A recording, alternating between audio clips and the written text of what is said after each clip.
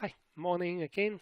Well, I'm not sure what time are you watching these videos, but the time that I'm doing is in the morning.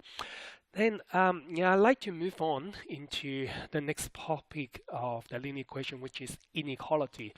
When we do inequalities, there's one question I'd like to discuss with you about simultaneous equations and about how this applied into the real situations. I choose one question there, which is question 16 in your handout. By looking at these questions, they're clear that there's two strict lines on the graph. One is the cost, which is the blue one there, and the other is the red, representing the revenue. So when you're running a business, you always like to use a strict line. Hopefully, you can project that the cost of your running, like how do you run your business, and then you always need to find out, how can you make some money.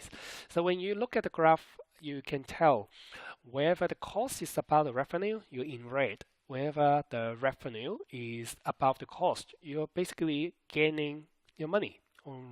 So now I like to go through, not just answer these questions, but like basically use the whole questions to show you like how can we find the point that they meet one another and what does that mean when the point meets one another. So to begin with, let's look at our cost. So let's the blue line there, and we need to find out wherever a strict line, there should be an equation to represent that. So how do we find out the equation of this particular line? First, we always look for the point they join there. This is the y-intercept. We've got 600 as the y-intercept. C I use it to represent y-intercept would be 600. And the second thing that you're going to work out would be the slope or the gradients.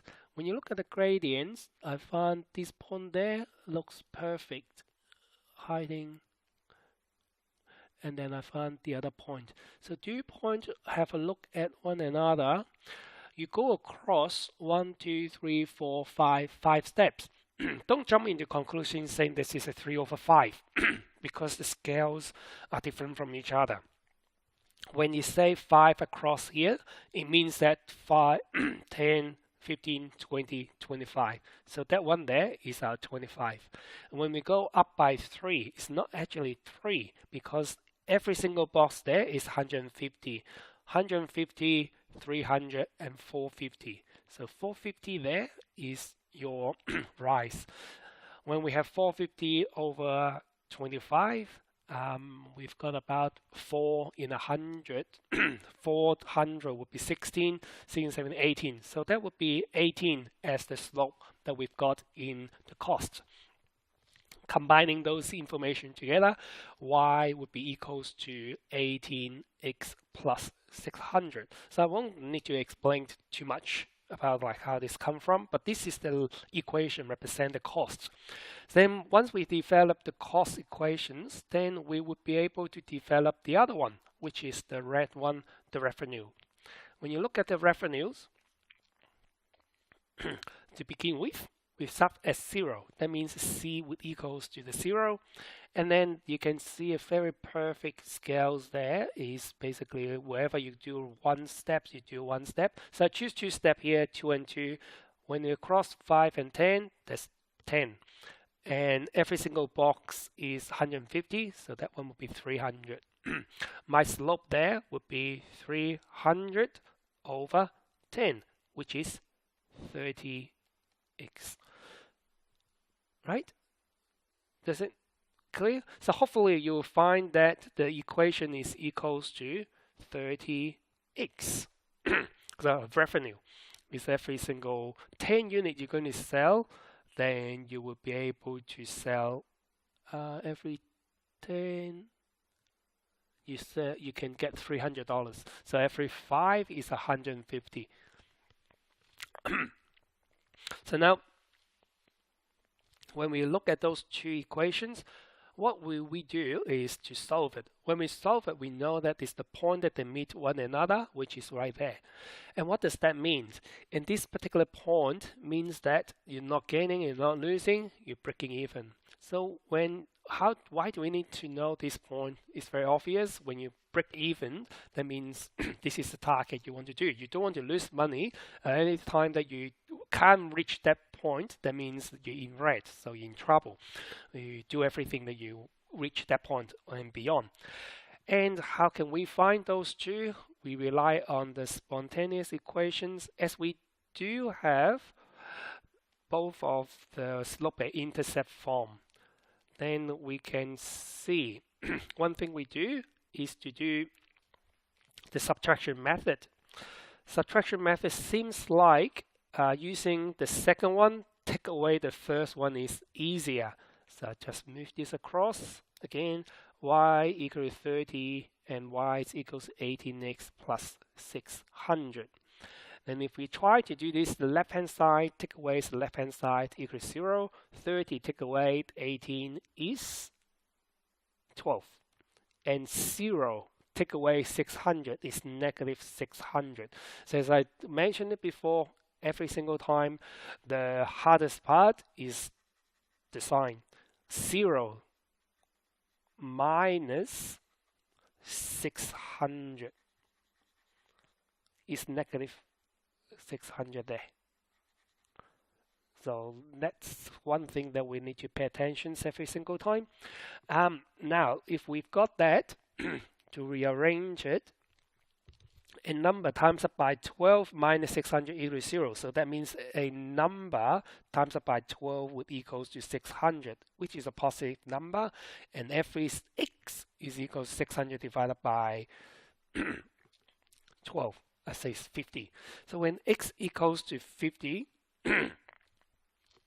which is the point that we can see there, the x equals to 60.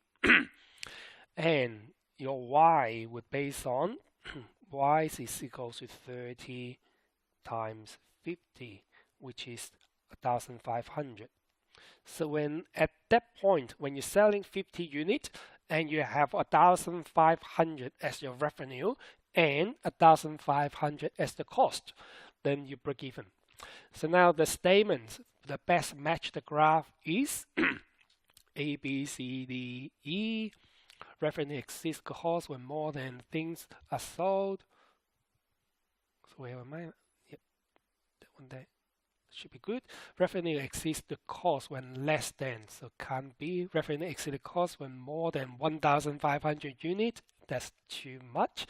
Revenue exceeds cost when less than 1,500 sold. We're looking at the unit, it's supposed to be there. It's too big. Revenue exceeds cost when exactly 50 units are sold. Not exceed. Revenue equals to the cost when exactly 50 units are sold. So we don't say that's correct. The only one that makes sense is A. Revenue exceeds the cost when more than 50 units are sold. So the graph is here telling you like you can apply the situation with the simultaneous equations, turn it into the slope and intercept form, and you should be able to find the point they meet. You're lucky that you have the graph. Sometimes they don't give you the graph, they only give you the equations. But that is the application things that we can do. Now, then we can move on into a bit more interesting stuff, which is our inequalities. Let's change the background. So when we do inequalities, try to do the very few basics today.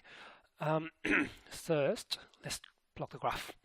So when we have a graph there, say like this, so let's try to move it to the middle.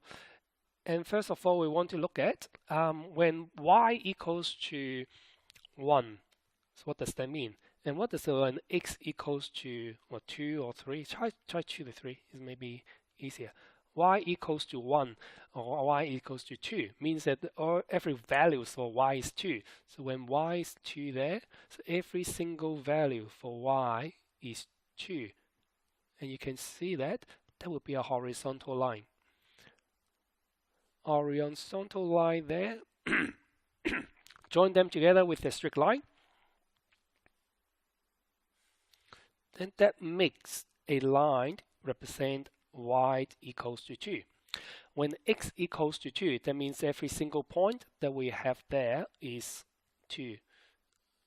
No matter the y values, we all have equals to 2. So why do we need to figure out straight line? And first, because we want to move on into inequalities. What if I say I want a graph that is every single region that is y smaller than 2? And which side would that be? When y is equals to 2, we've got that line, a horizontal line, and we separate the whole region that we have above and below. And the region that we need is y smaller than 2. So inequality basically means that we try to find out two sides. Which side do you stand for? So left hand side or right hand side, above or below. So this is more like going to vote. So are you voting for Liberal? Are you going to Labour? You either stand on one side or the other side. So for y smaller than 2, so we can highlight that one, all the regions that below the line, right there. We've got y smaller than 2. What if we try to do the second one, sin x, looking at x equals sorry, talking too much, and x equals to 2, and if I say I want a region that's x bigger than 2, so when x bigger than 2, you have two sides, left hand side, right hand side. The one that bigger would be the right hand side over there. Let's try to move that one as blue. If we try to see the region that actually overlap, would be definitely the one that with a green and yellow and blue there. So for two conditions, we can highlight this particular region that is overlap. It meets the criteria of y smaller than 2 and x bigger than 2, right? So that's what begin with our inequations. For all inequalities, it's always like left or right, up or down. So what if we have a situation like this? So try to clean them all up. So we can have a straight line up and down, left and right.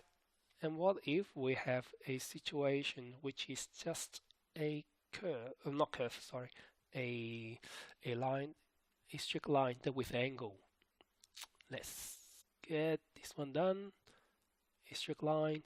So let's say I have this point there, joining there. Perfect, nice, straight. Now, first, find the gradients. Or find basically the equations. What is the equation for this line? Easy. That one's 2. Start from 2. And the slope there is 1 and 1, 1-to-1 ratio. So y is equals to x plus 2. When is x plus 2? We've got two regions separated by this, which is the yellow side there.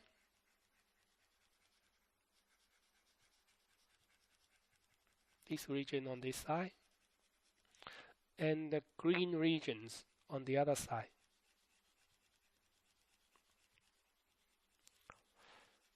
Then you would try to say one thing.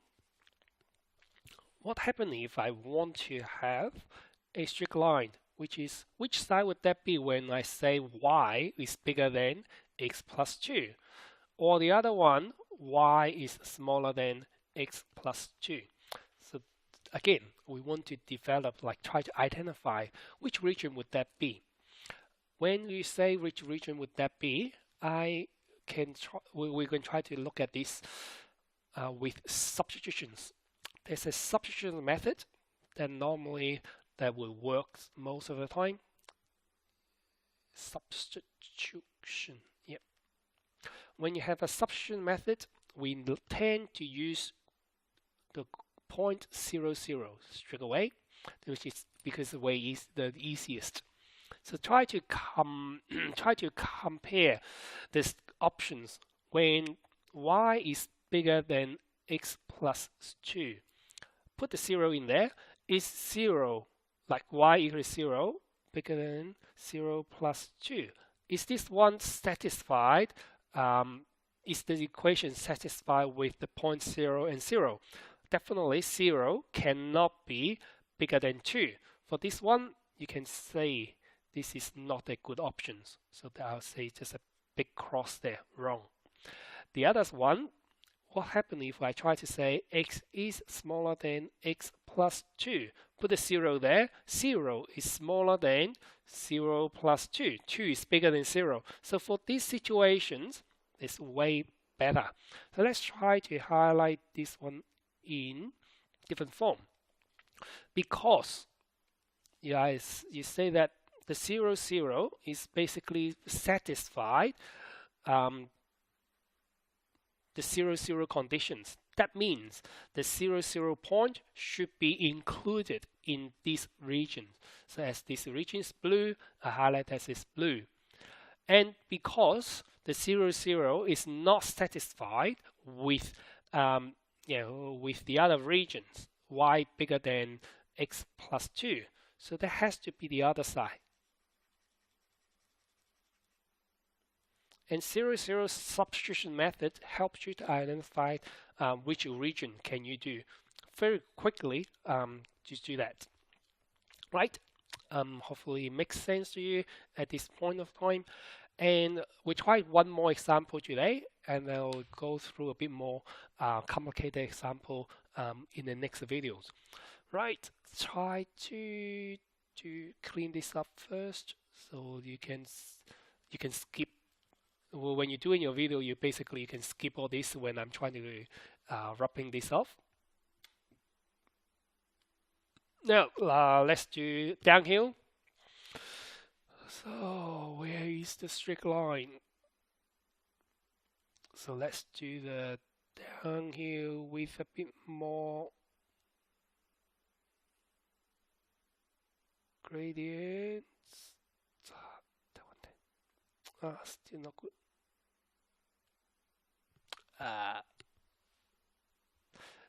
Yeah, whatever. Maybe that one. So when you try to look at this one, it's likely just move that. It's not perfect. So what we can see here, we can see this one as our intercept is negative a half. And the gradients is not perfect as well. So it's more like I have this 2.5 and 1. So wherever I do 2.5, I've got 1.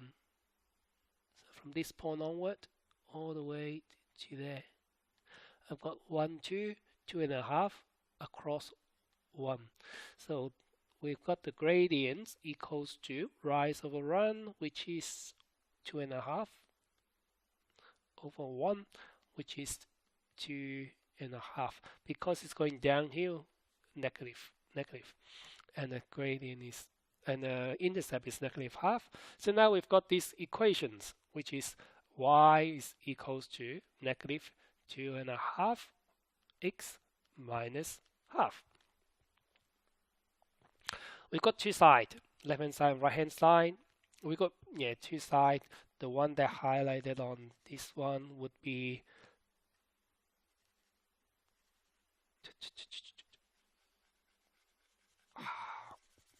faster. I should have a bigger highlighter that would make it faster. So we've got this side as a yellow, and then we've got the other side as blue. So try to fast forward when you're doing your videos. So two sides, and try to apply this as a 0, 0 again. 0, 0. If we try to apply y is equals to negative 2x minus 2, when 0, say this is this one bigger or smaller? Then y equals, when y negative half times 0 minus half. Basically means negative 2.5, 2.5 minus half. Is it bigger than y or smaller than y? Definitely.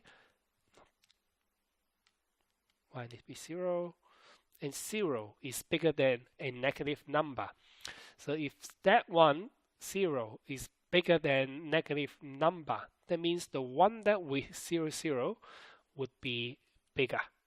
The one that with 0, 0 is our blue. So this blue side that we have here is y bigger than negative half x, negative 2.5x minus half. And the one that with yellow, with the one that y smaller than negative 2.5x minus half. Straight away.